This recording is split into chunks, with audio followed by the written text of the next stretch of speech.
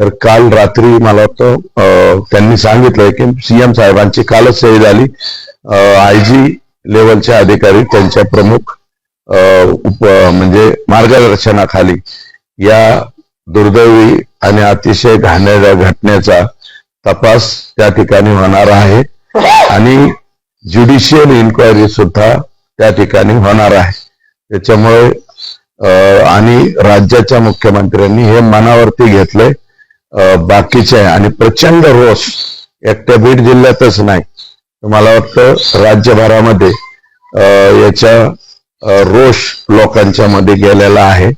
हे कोणालाच घटना पटलेली नाही आणि याच्यामुळं मला वाटतं काल सर्वपक्षीय काहीतरी बैठक सुद्धा बीडला झालेली आहे आणि त्याच्यामध्येही काही निर्णय झालेत. माझ्या कानापर्यंत अजून आलेले नाही, परंतु ते आले त्या बाबतीतही म्हणजे बीड जिल्हा एकवटेल असं एकंदरीत चित्र आहे. विधानसभेमध्ये मुख्यमंत्र्यांनी या सगळ्या संदर्भामध्ये निवेदन केलं. अशा परिस्थितीमध्ये लोकांना विश्वास ठेवणं थोडस, कारण की अनेक लोक प्रश्न उपस्थित करतात, मोर्चाचं आव्हान करतात. तुमची काय एकंदरीत मुख्यमंत्र्यांच्या निवेदनावर भूमिका आहे? जिल्ह्यातल्या लोकांना काय सांगतात?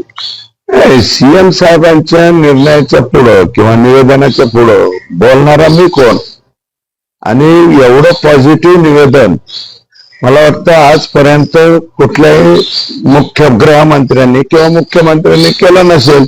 एवढं पॉझिटिव्ह निवेदन केलंय. आजपर्यंत कुठल्याही खुनाच्या घटनेमध्ये त्या कुटुंबाला किंवा त्याला मदत झालेली नाही.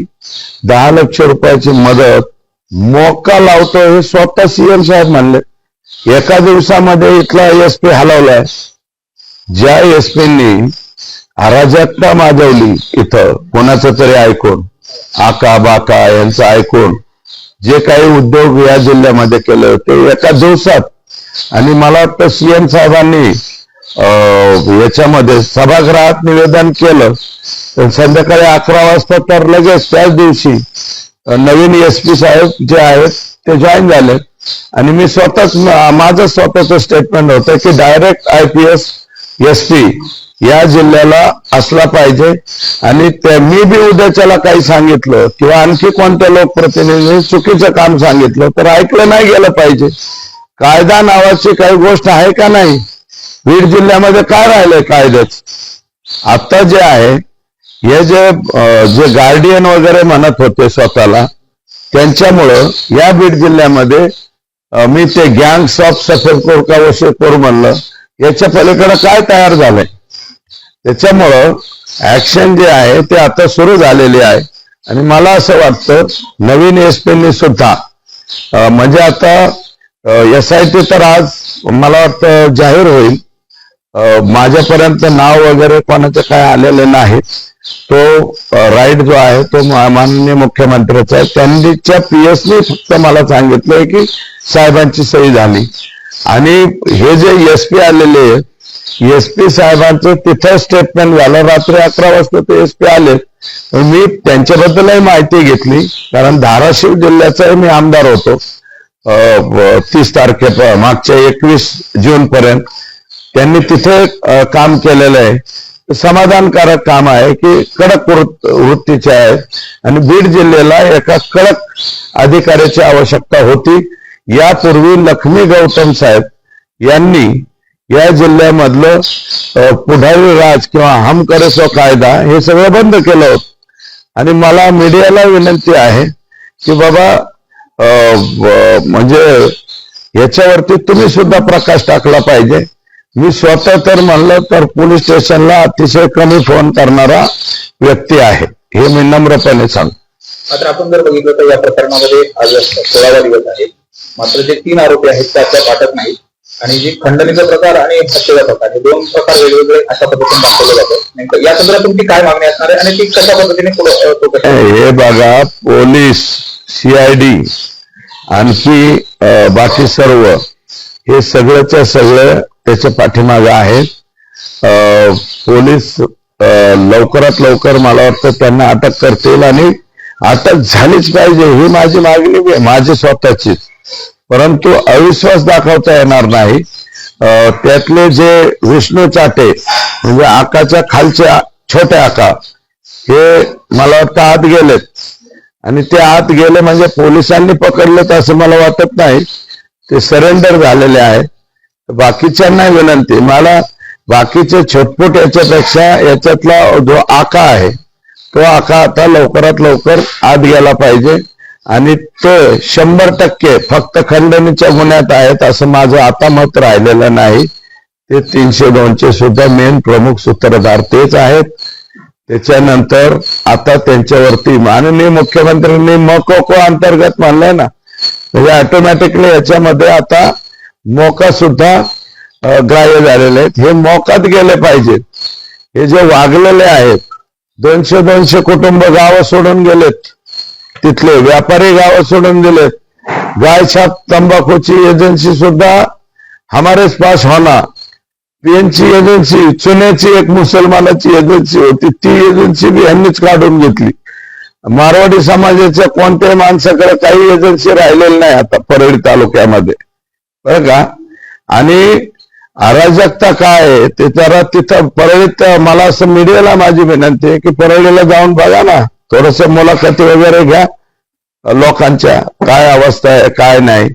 त्याच्यामुळं माझं मत असं आहे की लवकरात लवकर यांना अटक करावी आणि पोलीस 100% अटक करतील. SIT आज गठीत होईल. त्याच्यामुळे हे लवकरात लवकर आत गेले पाहिजे बिन भाड्याच्या खोलीमध्ये. SIT तुम्ही आता बोलताना गार्डियन या शब्दाचा उल्लेख केला आणि त्याच गार्डियन मिनिस्टर संदर्भात चर्चा सुरू आहे मागच्या माध्यमातून.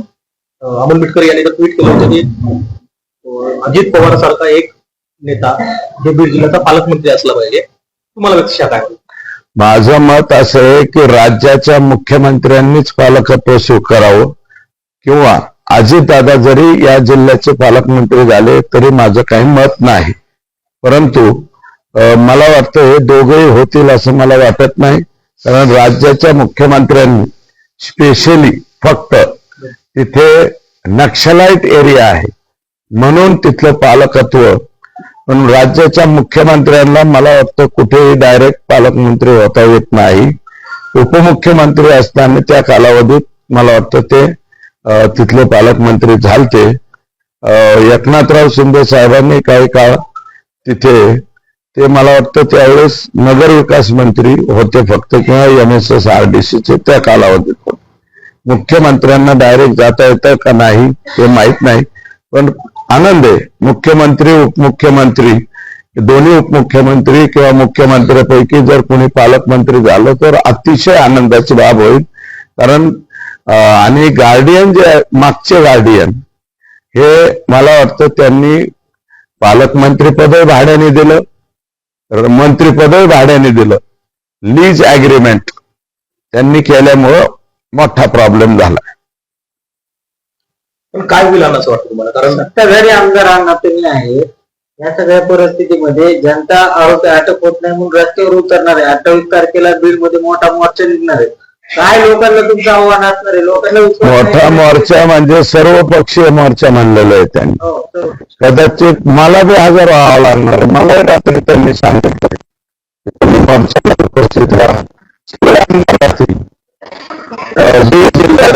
बीड जिल्ह्यातले प्रशासनावर विश्वास वगैरे म्हणून आज जे बैठक झालेली आहे त्याच्यामध्ये कोणीही राज्याचा मुख्यमंत्री किंवा प्रशासनाच्या विरोधात असे काही स्टेटमेंट झालेले नाही. अशी माझी माहिती ही म्हणजे क्रूअल पद्धतीने जी हत्या झालेली आहे. समाजमान पूर्णपणे नाराज आहे. एक तर बीड जिल्ह्यातच नाही, आता सभागृहामध्ये मी जे बोललो त्याच्यामुळं माझे दोन्ही मोबाईल जेवढे आहेत, माझ्याकडे काही पर्सनल नंबर नाही, त्याचे सगळे मेसेज बॉक्स फिक्स सगळे हाऊसफुल होत आहे आणि कुठले मला ओळखत नाही.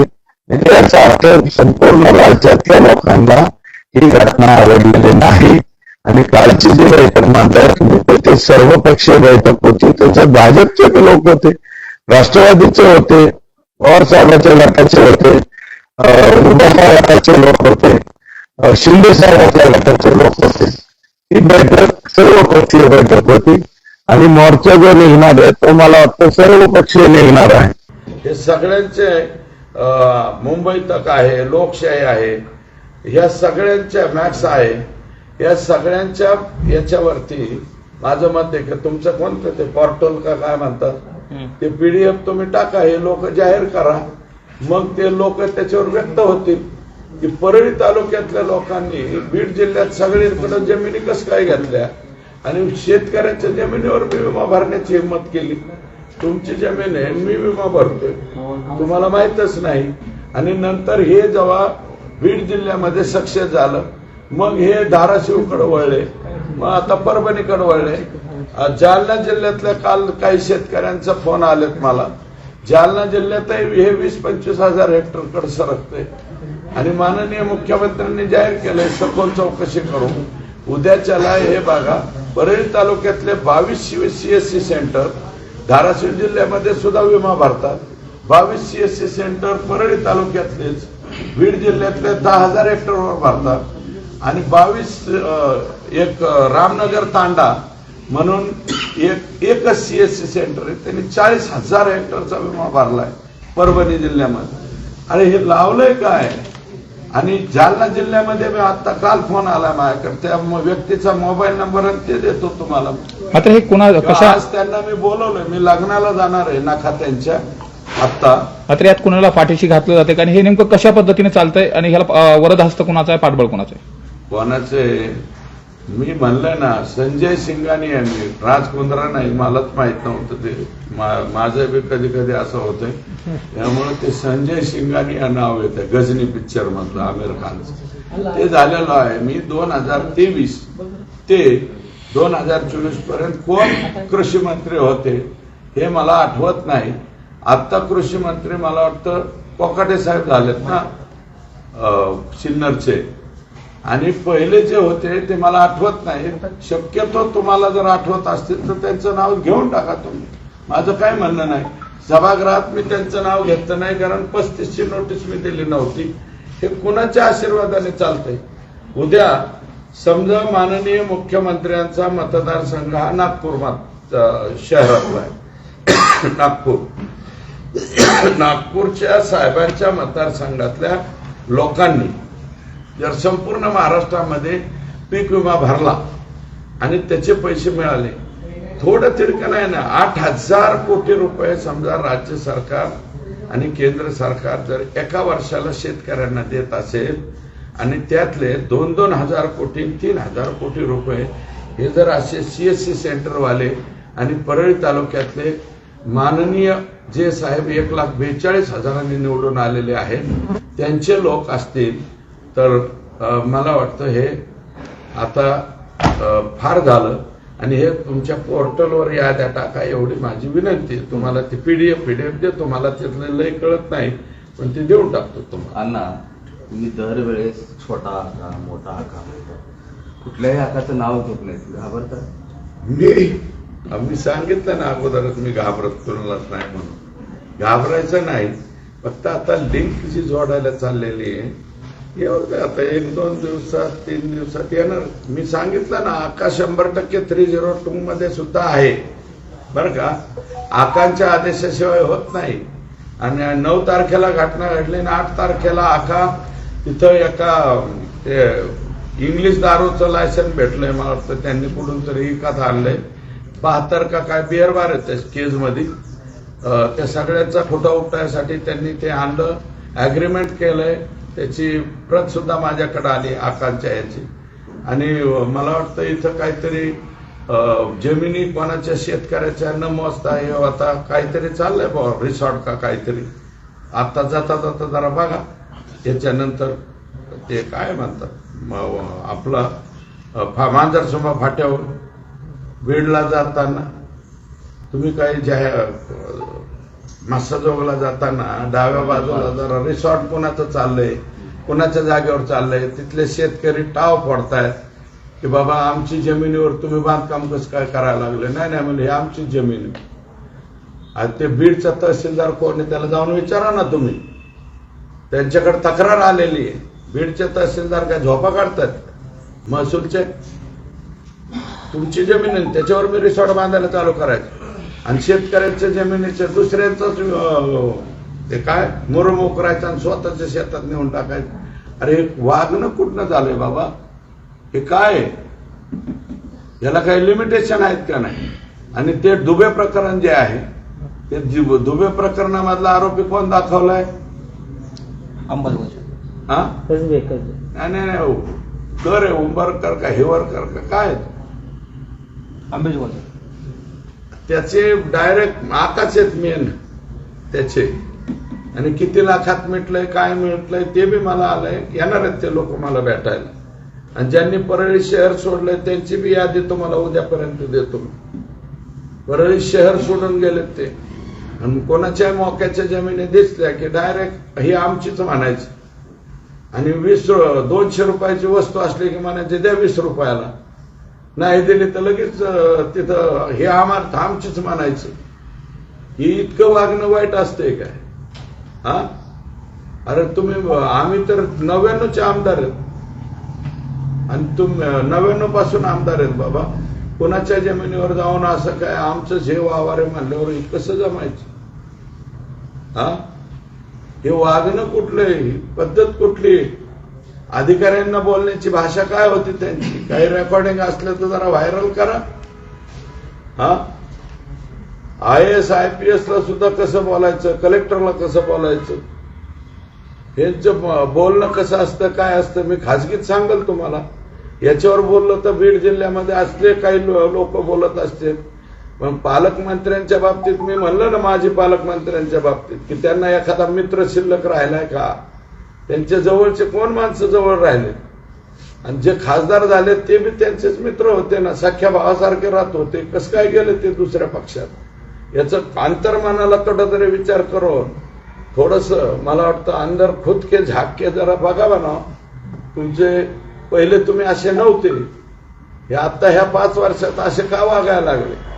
आणि काय काय चर्चा तुमच्याबद्दल येतात, काय काय नाही, हे जरा लोकांना एकट्या ती माऊली जी बडबड करते, काय त्यांचं नाव आहे, आजपर्यंत मी कधी म्हणलं नव्हतं. त्या बीडमध्येच राहतात मला वाटतं. हा आणि पिस्तुलाच्या लायसनीला शिफारशी कोणाच्या आहेत? अरे लक्ष्मीपूजनाच्या दिवशी गाड्या पुजताना वर गोळ्या हातात तुम्ही, आणि बापाचं लायसन आणि पोरगा पिस्तूल लावतोय. काय चाललंय या बीड जिल्ह्यामध्ये?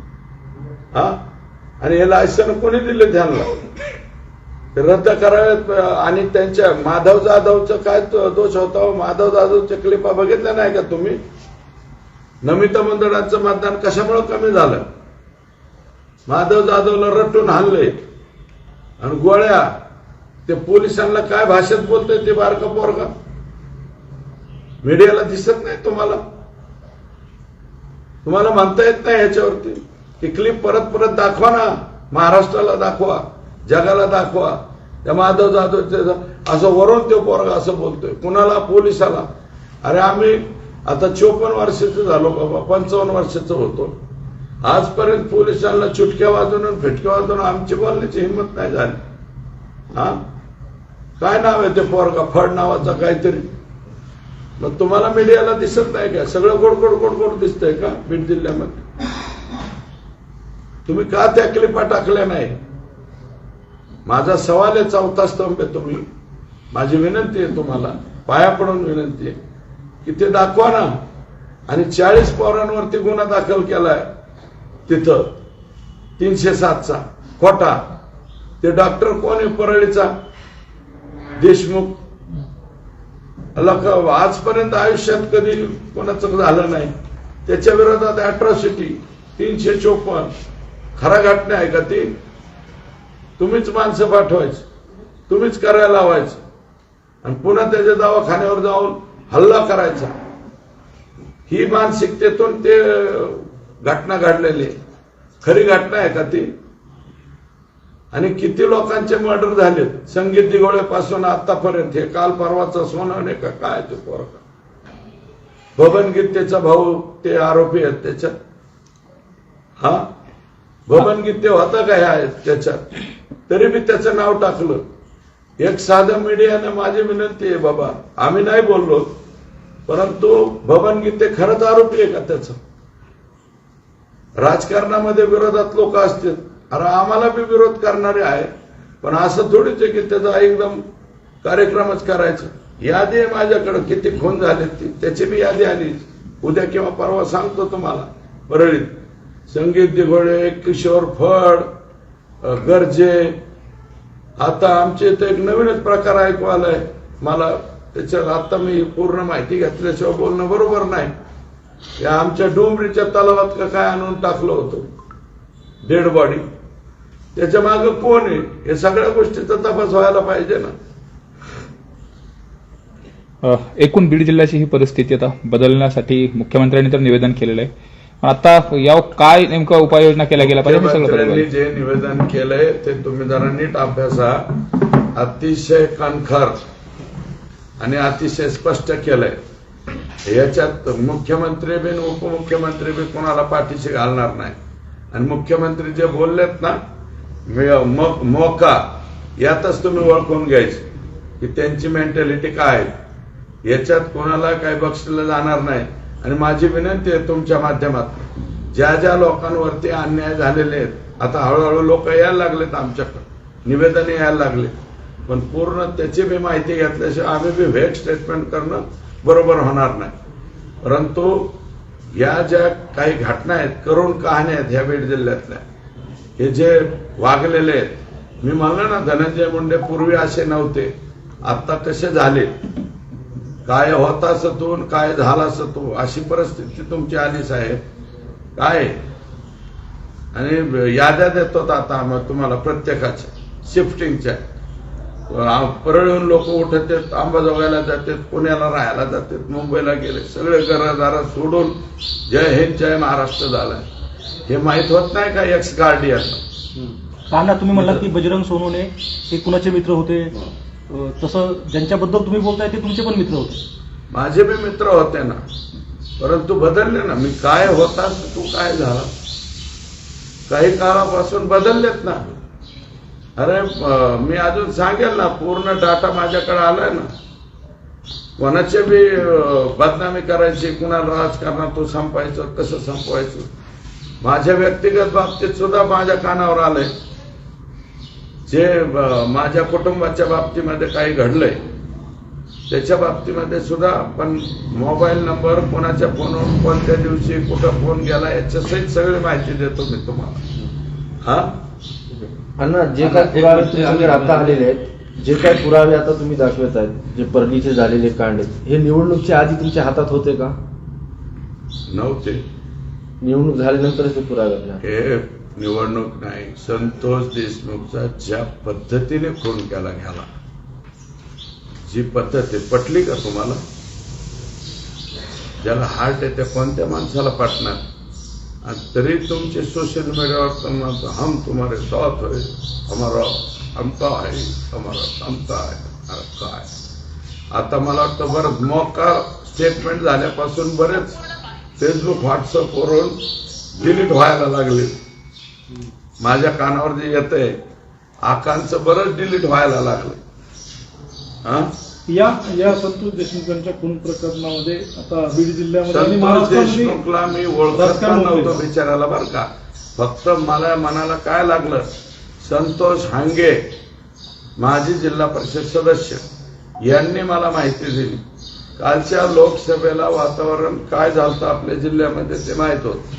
मस्साजोग हे मराठा समाजाचं गाव आणि पंकजाताईंची रॅली चालवणार होती. संतोष हांगेकर ते पोरगा तो इतका चांगला होता की संतोष हांगेंचं जे गाव आहे त्या गावाचं खरंच चांगलं डेव्हलपमेंट संतोष हांगेंनी केलेलं आहे. ते बघायला सुद्धा तो सारखं सारखं जायचा. संतोष दादा मी काय करू, माझ्या गावाचं डेव्हलपमेंट करायचं आहे, कोणत्या योजनेत पैसे आणायचे, काय आणायचे. आणि ह्याच संतोष हांगेंनी स्वतः मला फोनवरती सांगितलं की रॅली चालू व्हायची पंकजाताईंची, तुम्हाला सत्कार करावा लागला. तर ते अख्खं गाव म्हणत होतं की सत्कार करायचा नाही ते आमचा पंकजाताईंचा. पण तरी संतोष दादा म्हणल्यामुळं ते म्हणलं नाही बाबा, गाव आपल्या गावातून यायचं, तिथून रॅली जायची, सत्कार. या संतोष देशमुखनी पंकजाताईंचा सत्कार केलेला आहे लोकसभेच्या वेळेस. आणि आता नमिता मुंदडांचा बूथ प्रमुख राहिलेला आहे भारतीय जनता पार्टीचा. भारतीय जनता पार्टीचा मी आमदार आहे. माझ्या पक्षाच्या बरं का बूथ प्रमुखाची जर अशी इतकी भयानक स्वरूपामध्ये हत्या झाली, त्याच्यामुळं मी याच्यामध्ये जास्त पडलेलो आहे. पर्सनली कोणाचा काही संबंध नाही. हत्या जरी ज्या पद्धतीने केली ती तुम्हाला पटली असते तर बघा.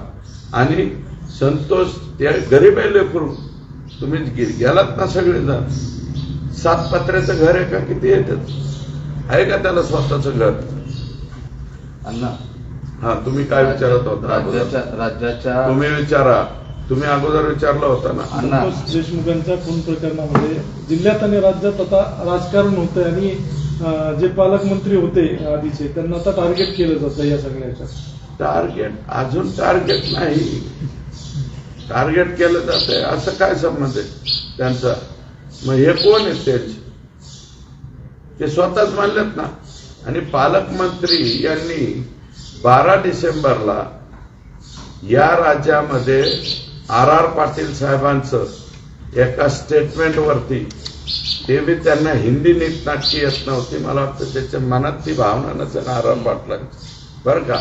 रामशे बंधूचा ते कोण हिरो का काय निर्माता हिंडला म्हणून विलासराव देशमुखांचं मुख्यमंत्रीपद गेलंय. मुलीचे मार्क वाढवले म्हणून निलंगेकर पाटील साहेबांचं मुख्यमंत्रीपद गेलं. R.R. पाटलांचं बडे बडे शहरों में छोटी छोटी घटना असं काहीतरी स्टेटमेंट झालं. डायरेक्ट मुंबईनं अंजनीला पाठवले. 12 डिसेंबरला आपले एक्स गार्डियन कोणत्या भाषेत बोललेत तुमच्या समोर? त्या क्लिप का परत फिरवत नाहीत तुम्ही? त्याचा राजीनामा मागणार. एक मिनिट ऐका. मी कुठं राजीनामा मागतो? ते राजीनामा वगैरे ते निर्णय मुख्यमंत्री उपमुख्यमंत्री करते. ते काय भाषेत बोलले? महाराष्ट्रातल्या कोणत्या जिल्ह्यात किडनॅपिंग होत नाहीत का? मर्डर खून होत नाहीत का? साऱ्या देशामध्ये. म्हणजे तुम्ही समर्थन देताय का या संतोष देशमुखच्या खून करणाऱ्याला? ती तुमची लँग्वेज काय, बॉडी लँग्वेज काय आहे त्यांची? मग कोणताही तुम्ही पत्रकार बांधवांना माझ्या हात जोडून पाया पडून विनंती आहे, हा त्या लँग्वेजवरती तुम्ही का बोलले नाही? अतिशय सुंदर स्टेटमेंट आहे का ते? आणि कुठून करताय तुम्ही? गोपीनाथ गडावरून. गोपीनाथ मुंडे साहेबांची समाधी असलेलं ठिकाण येते. त्या समाधीच्या ठिकाणावरून जे स्टेटमेंट झालेलं आहे जरा तुमच्या पोर्टलवरती काढून टाकलंय का? हाय जागेवर सगळ्या मीडियाची. माझी महाराष्ट्रातल्या तमाम जनतेला विनंती आहे की ते स्टेटमेंट बघा, ती बॉडी लँग्वेज बघा. आणि त्याच्यामध्ये बी चष्मा पाचवा ढकली ते स्टाईलमध्ये. अहो तुम्ही कोणत्या दुनियात येत? वागत आहे कसं? असं स्टाईल, चष्मा.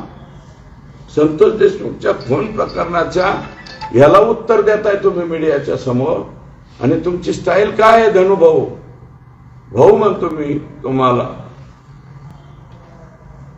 मग याचा अर्थ असा आहे की तुम्हाला सिरियसनेस काय आहे का? संतोष देशमुख तर झाला असं कुठे बी होत असतं असं म्हणलेत ते.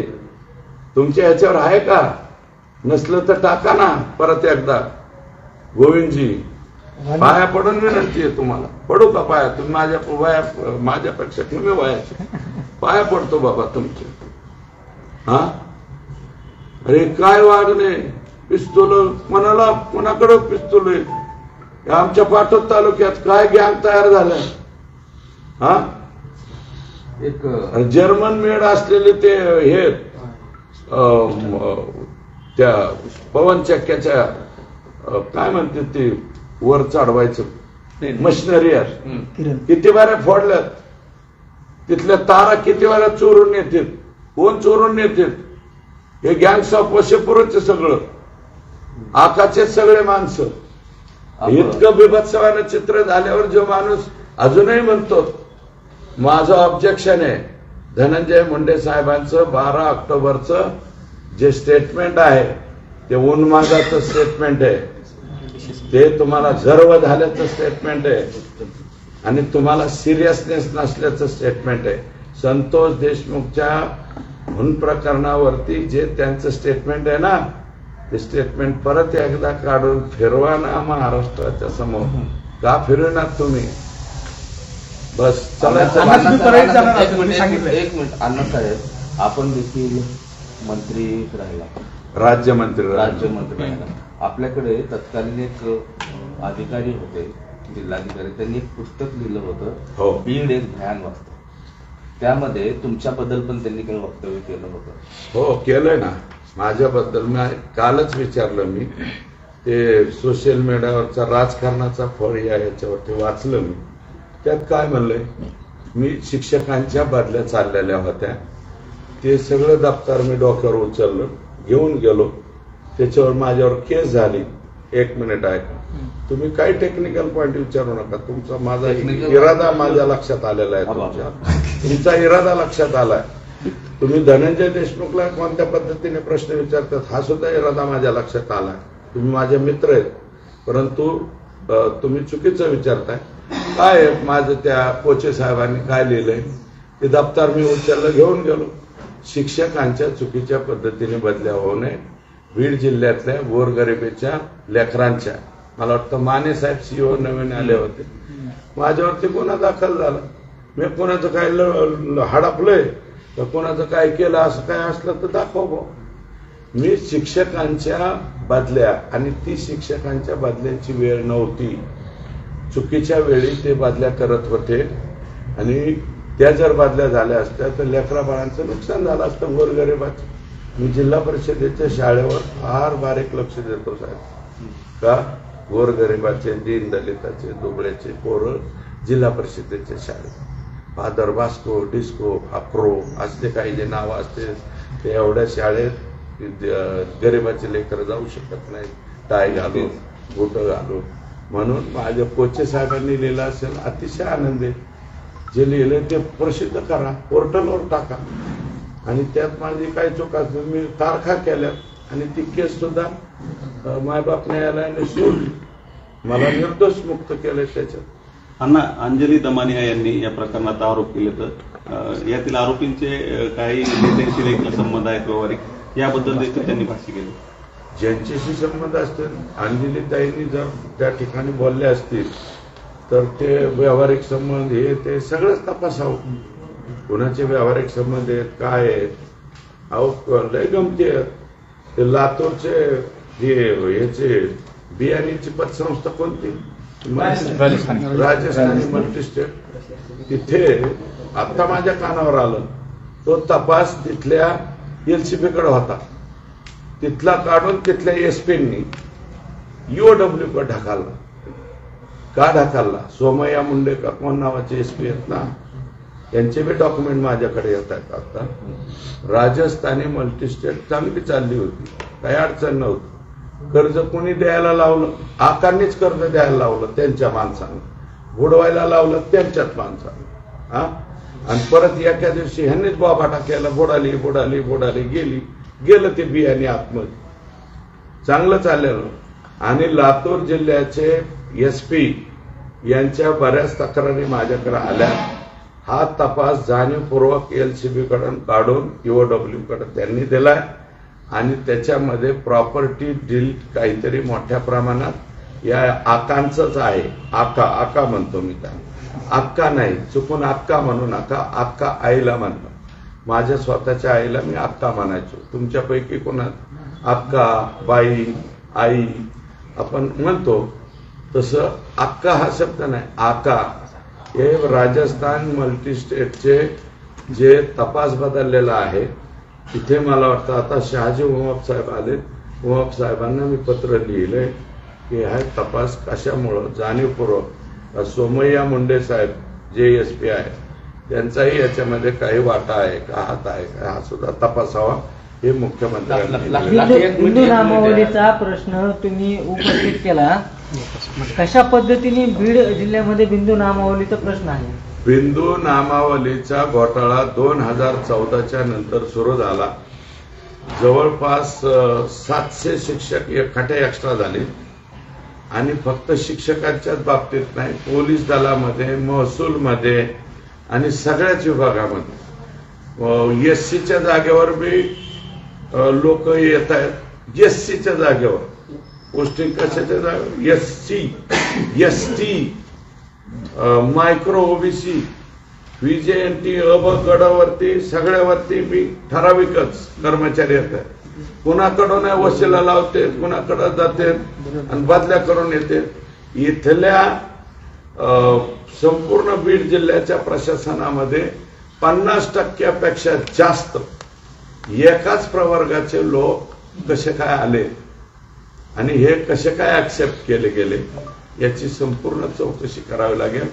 आणि मस्साजोगला संतोष, मला वाटतं देशमुखांच्या गावात मी हे स्टेटमेंट केलेलं आहे आणि तुम्हीच होते माझे मित्र, बरं का, तुम्हीच होते आणि तुमच्याच पुढे मी स्टेटमेंट केलेलं आहे की बीड जिल्ह्यातले बिंदू नामावलीप्रमाणे जागा काढायच्या आणि ज्या घटकांवरती इतर सर्व घटकावरती अन्याय होतोय, एकाच कॅटेगरीतल्या एका प्रकाराचा सोडून बाकी सगळ्या घटकांवरती अन्याय होतोय, त्या सगळ्या घटकांचे लोक बाहेर अडकलेत तर ते जिल्ह्यात आले पाहिजेत आणि एकाच कॅटेगरीचे अतिरिक्त झालेले लोक या बीड जिल्ह्यातून बाहेर गेले पाहिजेत.